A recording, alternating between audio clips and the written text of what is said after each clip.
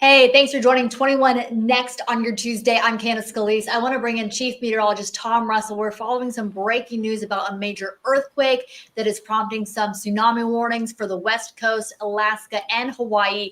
And then we're going to get to our local weather. But what's going on with this earthquake and these warnings, Tom? So this is a pretty major earthquake, an 8.7 magnitude earthquake. I've put a little map here for you. So it's the extreme eastern part of Russia. So it's kind of that part where Russia almost meets up with Alaska.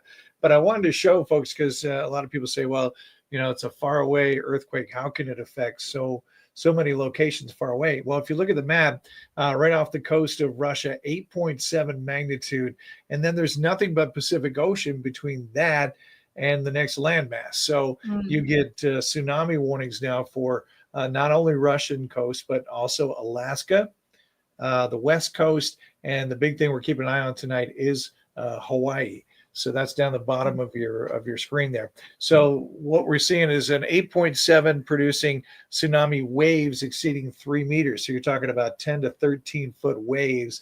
We've already seen some of those come into the Russian coast just because it was closer. Now it takes time to travel across the Pacific. So they're preparing the West Coast, places like Portland, Oregon, down the California coast, but also into Hawaii at this point. You can see we're pointing that out there with that little marker.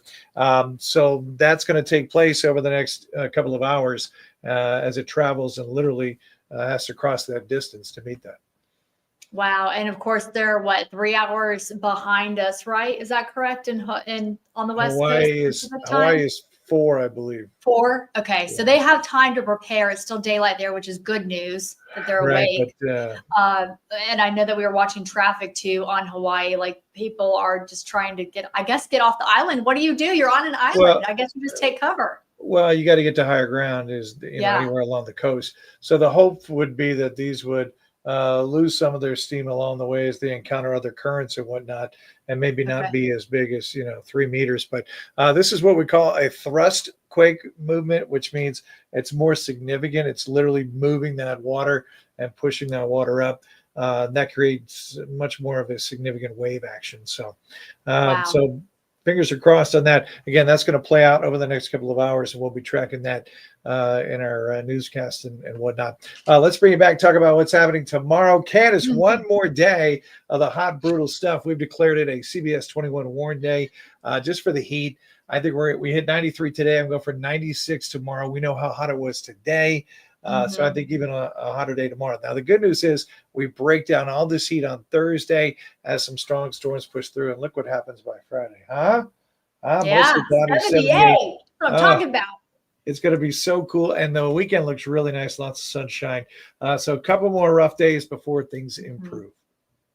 Okay, good stuff. Tom Russell, thanks so much. See you soon. I want to bring in Yasmin Cowan. She's working on an investigative story about some video that circulated. It showed police. What was it? Were they arresting teens on bikes here? What happened, Yasmin?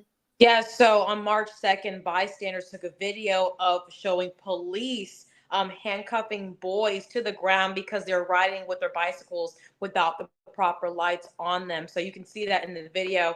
And I actually spoke to Sergeant Todd Greger, and a lot of people were saying, or they felt that they were using excessive force, but Sergeant Greger said that they were using the lowest amount of force when apprehending these kids, because he says, you don't see what's happening before the cameras press record. He says the teens were running away, they were resisting arrest, and that's why they had them to the ground, because they were running away. And he says on multiple occasions, these teens were abusing the law, abusing the traffic laws. And they said in the past, they provided them with educational opportunities, but it just kept getting worse and worse and worse. And that's why it resulted into this.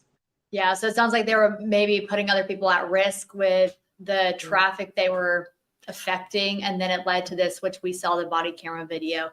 All right, good information there, Yasmin. What were we going to say? And you were exactly right. That's what he said too. I mean, the sergeant said there have been a lot of accidents with people on their bikes and scooters because they are not abiding by the law. So that's why they did what they did, Candace. Yes. Yeah. Okay, good info. I know we're going to have more on that coming up on our news at 10 and 11 o'clock tonight. And then also you can head to cbs21.com. Yasmin working on this story right now. You can find all of the background information what led up to this, why police say it was justified, as she explained, but a little more information there as well. And that's right there on cbs21.com. For now, we'll keep you updated on everything happening with the tsunami and earthquake and all of your local headlines on our website and right here on YouTube. Have a good night, everyone. Stay safe.